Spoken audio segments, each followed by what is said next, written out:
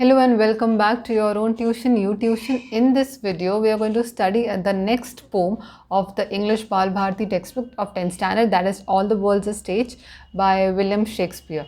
And before we start with the actual poem and the actual content, let me give you all a few highlights of the poet. I know William Shakespeare, he needs no introduction. English literature is incomplete unless and until you study Shakespeare, right? But still, क्योंकि ये मेरा काम है, I should be giving you all a bit of introduction. So William Shakespeare was a great English poet, playwright and an actor.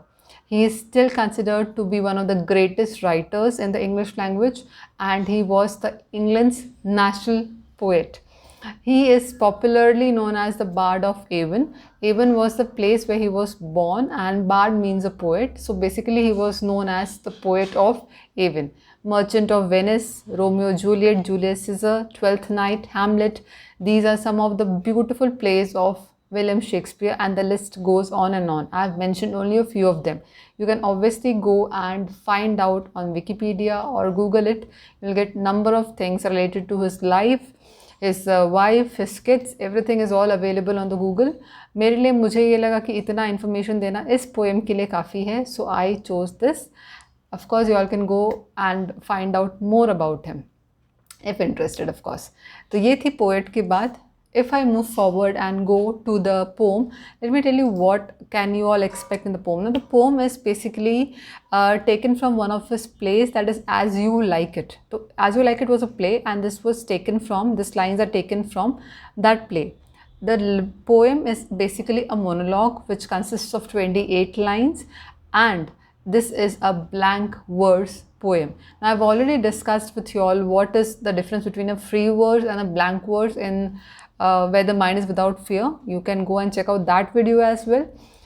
Blank verse क्यों है? क्योंकि यहाँ पे as usual कोई rhyming scheme नहीं है, but there are a few rhythms going on in the poem, in the few lines. So that is why this poem is basically a blank verse poem and not a free verse. Most textbooks or guides would tell you that this is a free verse poem, but actually it is not a free verse, it's a blank verse poem.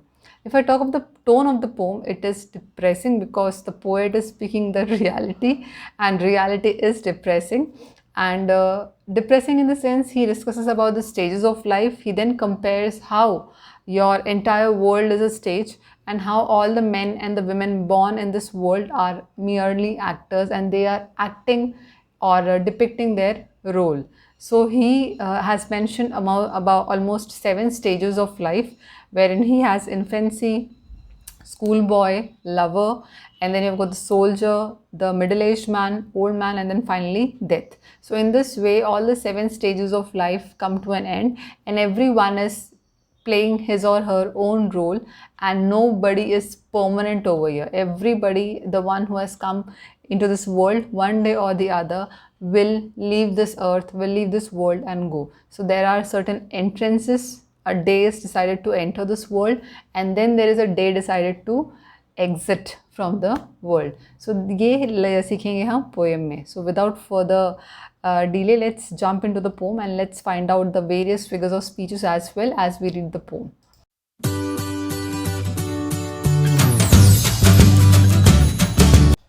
All the world's a stage, and all the men and women merely players. They have their exit and their entrances, and one man in his time plays many parts, his acts being 7 ages. Now this entire stanza, no, there's no stanza basically, these entire lines I've explained to you, all the world's a stage. Now here the poet is comparing the entire world to be a stage, the way I told you in the introduction. And he says that all men and women who have taken birth in this world, they are no other than players. Okay, and they have got their own exit and their entrance. There's a day decided when they will enter this world, and there's a day decided when they will exit from this world. And one man has to play several parts. He has to play several roles throughout his lifetime, and all this role that he plays has been divided into 7 different parts. So before jumping into the 7 parts, let's find out the figure of speeches. Now the first line, all the world's a stage, this line, I've clearly told you that there's a comparison made between the world and a stage, right? So this becomes a metaphor. Why not simile? Because this is an indirect comparison made over here. Plus simile में मैंने आपको बताया था कि simile में भी comparison होता है, but then in simile you use words like and as. यहाँ पे कोई ऐसे words नहीं है, तो you can clearly say that it's a metaphor. Next line is also a metaphor. All the men and women merely players. यहाँ पे men और women को compare किया गया है players से, इसलिए again this is a metaphor. Third line, they have their exit and their entrances. Again this is a metaphor. Why? Exit और entrance में हम birth और death से compare कर रहे हैं. There's a day decided for you to be born, right? And there's a day decided when you will die. तो यहाँ पे birth and death के लिए exit और entrance जैसे words use किए गए हैं, comparison किया गया है. So that is again a metaphor over here. And one man in his time plays many parts. So plays many parts, the sound of p is being repeated over here, so that becomes your alliteration. Now one more thing, people get confused between what's an alliteration and what's a repetition. Alliteration में you will have the sound repeated. बच्चों वाले language में अगर मैं बात करूँ तो आपको पहला letter repeated अगर है तो that would be your alliteration. But then if the entire word is repeated, that would be your repetition. Round and round, again and again, over and over. So जहाँ पे words repeat होते हैं वो repetition होता है, और जहाँ पे सिर्फ पहला letter repeat हो रहा है, sound repeat हो रहा है, वो alliteration होता है. And one more thing very important is that students, they make number of mistakes in the spellings of figures of speeches. So do not do that. Spelling में mistake किया आपके marks वहीं पे कट हो जाएंगे. Next, and one man in his time plays many parts. This is twisted and turned and returned. And one man plays many parts in his time. This is how the line should be, but then the poet has returned it in the different way. So this also becomes your inversion. So I hope I'm clear till here. Let's move on to the next slide. At first, now here the poet is talking of the first stage. So at first the infant, mewling and puking in the nurse's arms. Now how is an infant? He is in the hands or the lap of a caretaker. The caretaker might be the mother or a nurse. Mewling and puking. Mewling is crying, making sounds of crying. Puking is basically vomiting. So the moment a baby eats something, he starts vomiting. This is how it is described. So जब आप बच्चे होते हैं, you are in your mother's lap or in your mother's hand or in the nurse's hand, and then you either cry or you keep on vomiting, right? And then the whining schoolboy with his satchel. Now this is the second stage described over here. First stage was that of an infant, wherein you're a small baby, and then you start going to school. So that becomes your second stage of your life. And then how is a schoolboy described? He's whining. He's not ready to go to school. He's crying. Whining means basically crying, not happy. And with his satchel. Satchel is your bag. And shining morning face, creeping like a snail, unwilling to school. How is his face described? The face is very shining. He's young. He's a small boy. But his walk, if I talk of the way he walks, he creeps like a snail. Why? Because he does not want to go to school, and he is crying because of that reason. He is unhappy because he is being forced to go to school. So let's find out the figure of speeches over here. So the first stage is infant, second stage is the schoolboy. Infant is mewling, he's crying and vomiting in the nurse's arm. The nurse can be a mother or some other caretaker. The second stage described is that of a schoolboy. Now the schoolboy has a very bright lit face, morning face, but then he's not happy. He's carrying a bag and he's creeping like a snail. Why? Because he does not want to go to the school. So mewling and puking. Mewling is basically a sound being made. So that is onomatopoeia. Onomatopoeia की spelling बहुत mistakes होती है इसमें. O-N-O-M-A-T-O-P-O-E-I-A. That should be your spelling of onomatopoeia. Okay. And the whining schoolboy. Whining is again crying. Sound is being made. Sound is being produced. जहाँ कहीं भी sounds होंगे आपको onomatopoeia would be the figure of speech over there. Right. With his satchel. And then the whining schoolboy with, whining and with. Now the W, the sound of V is being repeated. So this also becomes your alliteration. And the shining morning face, creeping like a snail. Shining morning face, creeping like a snail. Creeping like a snail over here is again a comparison made. But metaphor में मैंने कहा था like और as नहीं आएगा. यहाँ पे like and as आया है, इसीलिए ये बन जाएगा आपका simile. This would be simile. And this would also be your inversion because the words are not arranged in proper order. And creeping like a snail, unwilling to school, this entire thing becomes your inversion because the words are not arranged properly. Now if I talk of shining, snail and school, नहीं shining नहीं आएगा, shining का sh आता है. Snail and school is sir, so that sound is again repeated, so you can count as an alliteration. और inversion है क्योंकि it should be creeping like a snail to school unwillingly, but here the poet has used a different format of writing, so that would be your inversion. Let's move on to the next slide and continue with the poem. Hope you all have understood the first stage and the second stage. Now third stage. So now he is grown up and he has become a lover, and then in this stage, this is the next stage after the schoolboy, and then now he writes poems when he misses his beloved, and he sang like a furnace with a woeful ballad made to his mistress eyebrow. Now sang like a furnace, sang is basically to make painful sounds. Painful sounds is basically sighing. Now furnace is basically a heater, so he is dying to meet his beloved, and that is why he is writing a poem. Ballad is a poem. And how is the ballad being described? It's very woeful, it's very sad, and yes, this is how he writes poems for his beloved. So sighing like a furnace, is again a simile over here because there's a comparison made regarding how he is sighing. It's compared to a furnace, a heater. And woeful ballad, sighing can also be taken as onomatopoeia because sighing is also when you create sounds, right? So that is also onomatopoeia. And next is your made to his mistress eyebrow.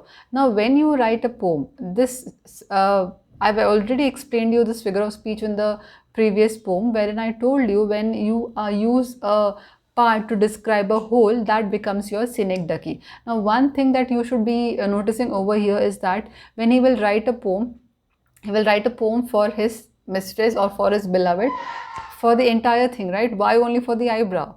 But that is just a part being used to describe the entire thing, so that's a synecdoche over here. Now woeful ballad. Now we need to understand over here that ballad, the poem is not sad. It is actually the lover who is sad. So when I put this adjective is transferred from the noun to a different noun, from the poet to the ballad, this becomes your transferred epithet. Again, I am repeating, the ballad is not woeful, it is not sad. Who is sad? Basically, the lover is sad.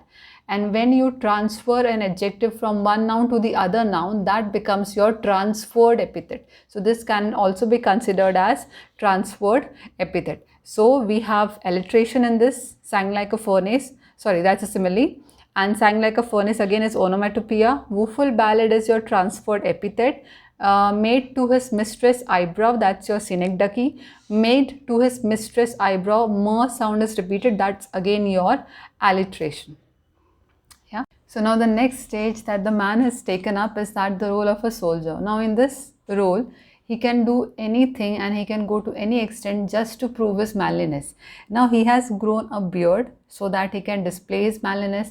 He's very jealous, he's full of jealousy, he's full of pride, and he can get into any fight just to defend his honor. So that is why it is said that then a soldier full of strange oath means he can promise you anything just to prove himself, just to prove his manliness. And bearded like a pard. Pard over here is leopard, and the soldier is basically compared here to a leopard, and he has a beard, he has grown a beard just to prove his manliness. Now doesn't mean that everybody in the stage would be a soldier, right? But then this is a age where you are 30 or 35, this is the age group, and when you want to prove something to the world, and jealous in honor, very sudden to quick in quarrel. So this is how this stage the boy or the man is described as. So we all are like this, right? In our 30s or 35 years, we all are fresh and we all are quite young, and we need to prove the world that yes, we can do something. And then furthermore, this entire thing is described as seeking the bubble reputation in the cannon's mouth. Now bubble reputation, what do you mean by a bubble reputation? Bubble is very short lived, you just spoke it and it's vanished. But here he needs to build this reputation, no matter how short-lived or no matter how fake the reputation is. The man over here, he will build his reputation, and that is why this reputation has been described as a bubble reputation. And just to prove himself, he can even go into the cannon's mouth. Cannon is a तोप, right? बड़ा बड़ा तोप जो होता था पिछले बहुत time पुराना यूज़ होता था, that is तोप basically. तो बोलने का मतलब ये है that he can face any danger just to prove himself or just to prove his manliness and just to protect his honor. So let's discuss the figure of speeches over here. Full of strange oaths and bearded like a pard. Now bearded like a pard is again comparison over here, so this becomes your simile. Jealous in honor, sudden and quick in quarrel. Quick in quarrel, the q sound is repeated, so that becomes your alliteration. Now even in cannon's mouth, this can be your hyperbole. Why? Because this is an exaggerated statement. Normally कोई अपना sir तोप में घुसा नहीं देगा, right? But this is an hyperbole over here. It's an exaggerated statement. Bubble reputation, I told you again, your reputation which the man has built, this compared to a bubble, it is like a bubble over there. So this is again your metaphor. No like, no as is used. So this is your metaphor. So once that stage is over, now he has entered the stage of a middle-aged man, wherein he has got a pot belly, very serious eyes and a formal beard cut. And he is full of experiences, he is full of wise wisdom, and he has gained all the experiences of life. So let's read the lines. And then the justice in fair round belly with good capon line. What is capon line? Capon is basically the fat. Basically when you feed a hen just for the meat, that is capon. And capon lined over here means the excess of fat around your belly. That's probably because of bad eating habits and because of your age, right? So he has got a big belly and fats here and there. यहाँ से fat लटक रहा है, वहाँ से लटक रहा है.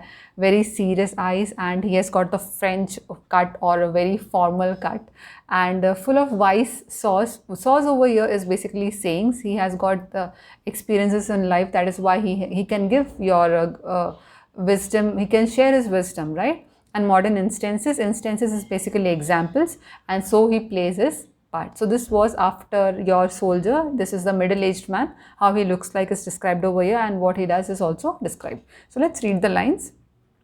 In fair round belly with good capon lined, this becomes your inversion. The words are not arranged in proper order.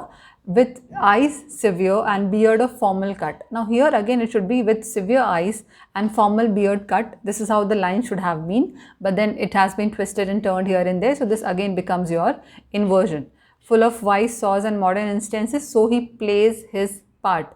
Plays his part, this becomes your alliteration because the sound of per is being repeated over there. I hope you all are understanding the poem. If yes, fine. If no, you can ask me your doubts in the comment section. Also, do not forget to like this video, share with your friends, and do subscribe to the channel. So now the sixth stage is the stage where the man has become old. Now he wears what do you call it? He has a specs on his nose. His skin has become all loose, and he wears slippers. He wears trousers, and the trousers he has been saving that trousers since his youth time, and he tries to wear them now, and the trousers do not fit him. Why? Because his legs have become quite thin and the skin has become very saggy and very loose. Also, his voice has become very shrill, like that of a child. He has become 3 times weaker than he was before, and he has lost his voice, and every time he speaks it seems like he's whistling. Why do you feel that? Because might be because he has lost his teeth. जब आपके पास दांत नहीं होते तो it seems like you're whistling something or the other. ऐसे whistling की sound आती है, words properly नहीं आते.